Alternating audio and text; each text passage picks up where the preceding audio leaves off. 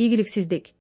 Иштин ийгиликсиз болуусу адамдарга түрдүү таасирин тийгизет. Баштаган иши ийгиликсиз болгон сайын чыйралып, шыктанып, күчтөнүп ишке киришкендер бар. Булар акыры ийгиликке жете турган адамдар. Биз мындайлар тууралуу сөз кылбайбыз. Биз сөз кыла турган адамдар бир ишинде ийгиликке жетпегени себептүү бүт жашоосун талкалап алгандар жөнүндө болот жана ушундай адамдарга көйгөйдү кантип чечүү жолун үйрөтөбүз. Адам баласынын жашоосу өзү жыгылуудан жана туруудан турат. Бала тамтың баса баштаганда бир күндө аз дегенде 100 жолу жыгылат. Бирок жыгылуудан коркуп баспай койбойт. Жыгылат, турат, жыгылат, турат. Жашоонун маңызы деле ушундай. Турмуштун ашуу белдеринде далай жыгыласың, кайра турасың. Адамдын оюна койсо, турмушта такыр чалынбай, бүт ишин ийгиликтүү жасап, эч бир көйгөйсүз жашап өткүсү келет. Бирок жашоо турмуштун мазмуну мындай эмес. Үй бүлө курууда, окууда, жумушта, кыскасы жашоодогу бардык кадамдарың сен ойлогондой ийгиликтүү боло бербейт. Кубаныч менен кайгы, барчылык менен жокчулук, күлкү менен ый, жеңиш менен жеңилүү булар жашоонун негизи. Бирисиз бири болбойт. Бүгүн сенин күнүң жаркырайт, эртең башканыкы. Тилекке каршы, муну түшүнбөгөн көптөгөн мусулман бир туугандарыбыз мөргөгөн жеринен кайра турбай, жашоосун талкалап алып жатат. Мындайлар бир эле өзүнүн эмес, коомчулуктун, мусулман үмөтүнүн өнүгүүсүнө кедергисин тийгизүүдө. Эмне кылабыз? Чечим кандай болуш керек? Чечим Алланын Раббу, исламдын дин жана Мухаммаддын пайгамбар экенин билүү ийгиликсиздиктен кутулуунун биринчи жолу. Эмне себептен ишим ийгиликсиз болуп жатат деген суроо туулса, оолу себебин таап, аны дарылоо керек. Болбосо ийгиликсиздик улана берет. Себепти алыстан эмес, өзүбүздөн издегенибиз оң. Айыпты башка бирөөгө оодара салуу оңой, бирок мында маселе чечилбейт. Өзүбүздүн кемчилигибиз кайсы экенин билүүбүз зарыл. Алдыга койгон максатың айкын болсун. Максат белгисиз болсо эч качан ийгилик болбойт. Ошондой эле максат чоң болууга тийиш. 5 кабат үйдүн артында турган машинаны көрүү мүмкүн эмес. А эгер машина үйдүн алдында турса экөөнү тең көрөсүң. Максатың үйдүн артындагы машинадай болсо, тоскоолдуктар аны тосуп калат. Ошон үчүн алдында машина турган үйдөй максатың болсо, тоскоолдуктун артынан аны көрүп турасың. Тажрыйбалуу, иш билги, эптүү адамдар менен акылдаш, алардын кеңешин ук. Кеңешип кескен бармак оорубайт. Көпкө кеңешип, өзүң бил. Акыркы чечимди өзүң чыгар. Башкача айтканда, дайыма бирөөнүн айтканы менен жүрүү да жарабайт.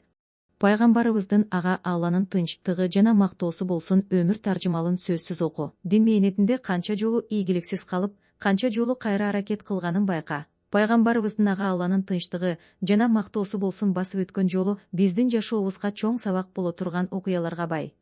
Бүгүн ийгиликсиз болгон ишиңдин артында чоң жакшылык бар экенин бил. Дароо сынып жеңилип кайгырып отуруп калба. Жакшылык кайда катылганын сен экөөбүз билбейбиз.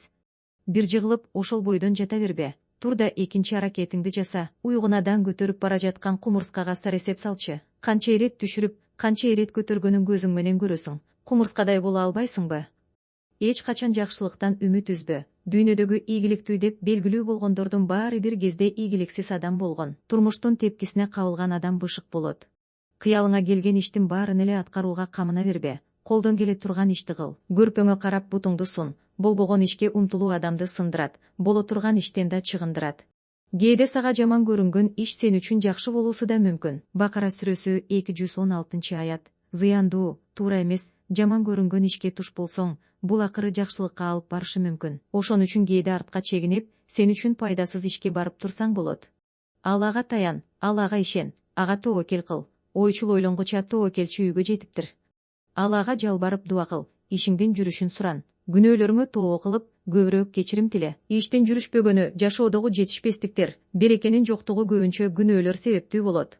Колумдан келбейт, баары бир ийгиликсиз болот, аткара албайм деген сөздөрдү пикир дептериңден өчүр. Колумдан келет, мен жасайм, ийгиликке жетем, менин эмнем кем деген сөздөрдү жаз. Ой пикириңди оңдо, өзүңө ишен. Ишеним баарын жеңет. Тоскоолдуктарга тике бет ал. Иштин орун тандасаң, ата-андашың аз болот. Кыйын экен деп жалтактаба. Жалтактыкты ийгилик жек көрөт. Өткөн каталарыңа өкүнбө, бирок андан сабак ал. Өткөнгө өкүнүп убакыт коротпой жаңыны жасоого кириш. Эскини оңдогончо эсиң кетет. Өрнөк. Белгилүү жол башчы Амир Темирден катардагы аскерден даражалуу жол башчыга жетүүңүзгө сизге эмне түрткү болду деп сурашат. Суроого өкүмдар мынтип жооп берет. Мен кандай абалга кабылбайын, ийгиликтен үмүт үзбөдүм. А муну мен кумурскадан үйрөнгөнмүн.